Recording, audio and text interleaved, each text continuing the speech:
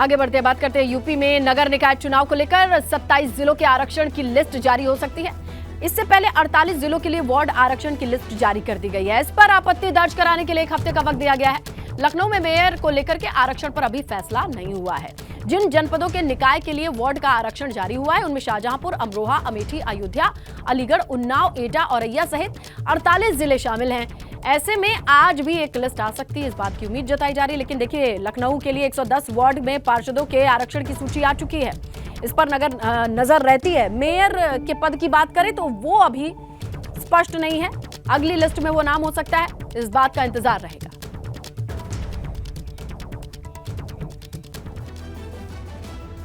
देखिए, 48 जिलों में तो निकाय वार्ड का जो आरक्षण का फॉर्मूला है वो पहले ही जारी हो चुका है। आज बचे 27 जिलों के लिए आरक्षण की लिस्ट जारी हो सकती है। 17 नगर निगम में आरक्षण की सूची एक साथ जारी होगी, जिसमें हम बात करें मेयर पद की, नगर पालिका अध्यक्ष की सूची एक साथ जारी हो जाएगी। नगर पंचायत के आरक्षण की सूची भी एक साथ जारी की जाएगी और आरक्षण लिस्ट पे जो आपत्ति हो सकती है उसे दर्ज कराने के लिए 1 हफ्ते का समय दिया गया है। आपत्तियों के निस्तारण के बाद निकाय चुनाव की तारीखों का ऐलान हो सकता है। यानी दिन ब दिन निकाय चुनाव के तारीखों के ऐलान की तरफ स्टेप बाय स्टेप सारी चीजें आगे बढ़ती दिखाई दे रही हैं और जाहिर तौर पर ऐसे में हर एक लिस्ट के साथ स्पष्ट होता चला जाएगा। और आइए सीधा रुक करते हैं हमारे सहयोगी अनुभव शुक्ला का और उनसे समझने की कोशिश करते हैं कि 48 जिलों के बाद आज जब ये लिस्ट सामने आ जाएगी अनुभव, तो क्या माना जाए कि कब तक अनुमान लगाया जा सकता है निकाय चुनाव की तारीखों को लेकर के, और इस लिस्ट को देख करके क्या समझ में आ रहा है?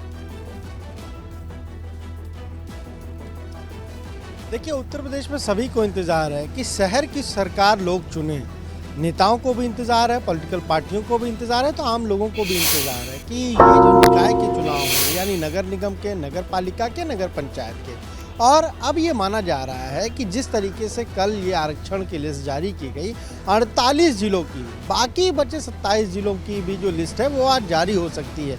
यानी इसके बाद 1 हफ्ते का समय मिलता है जिला प्रशासन के पास, अगर कोई भी जाना चाहे कि भाई आपत्ति दर्ज कराने के लिए कि आपने इस वार्ड को के लिए रिजर्व क्यों किया, तो उसका 1 हफ्ते का समय होता है। और उसके समय के बाद ये देखिए, ये सारी लिस्ट जो है वो राज्य निर्वाचन आयोग को भी भेज दी गई है और उसके बाद अब राज्य निर्वाचन आयोग ही फैसला लेगा कि चुनाव की तारीखों का ऐलान कब करना है। पर ये माना जा रहा है कि उत्तर प्रदेश में जो स्थानीय निकाय के चुनाव ने 763 स्थानीय निकाय है उत्तर प्रदेश में, जिसमें 17 नगर निगम है, 200 नगर पालिका है और 546 जो है वो नगर पंचायतें हैं।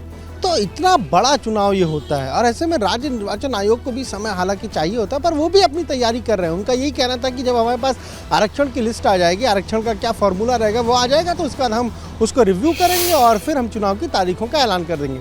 तो ये माना जा रहा है कि 10 से 12 दिसंबर के बीच उत्तर प्रदेश में चुनाव की तारीखों का ऐलान हो सकता है और उसके बाद फिर चुनाव होंगे। 2 चरणों में ये चुनाव हो सकते हैं और माना जा रहा है कि 14 जनवरी से पहले जो भी स्थानीय निकाय के जितने भी चुनाव हैं वो सारे चुनाव संपन्न करा लिए जाएंगे। तो इसलिए अब आप देखिए, ये लिस्ट आने के बाद बहुत हलचल बढ़ जाएगी, पूरे प्रदेश में हलचल बढ़ जाएगी। खासतौर से राजधानी की लखनऊ की बात करें तो यहाँ तो और बढ़ जाएगी, क्योंकि सारे लोग जो दावेदार हैं, जो खुद को सोच रहे हैं कि इस चुनाव में लड़ा जाए, उतरा जाए, मैदान में आया जाए, तो वो अब आएंगे पॉलिटिकल अपने शीर्ष नेताओं से मिलने के लिए, टिकट की दावेदारी करने के लिए। लंबे समय से हालांकि कवायद शुरू है, पर अभी तक तय नहीं था कि कहाँ कौन लड़ेगा, कहाँ महिला की सीट होगी, कहाँ पुरुष की सीट होगी। और सबसे महत्वपूर्ण है कि 48 जिलों में तो वार्डों का जो आरक्षण है वो घोषित कर दिया, पर अभी देखिए 17 नगर निगम में जो मेयर का पद है वो किसके लिए रिजर्व होगा ये नहीं पता है। इतनी बड़ी जो नगर पालिका है, पूरे देश के सबसे बड़े सूबे के लिए शहरों की सरकार चुनना अपने आप में जटिल प्रक्रिया है, लेकिन ये शुरू हो चुकी है। जैसे जैसे अपडेट्स आएगी दर्शकों को हम अपडेट करते चलेंगे। अनुभव शुक्रिया जानकारी के लिए।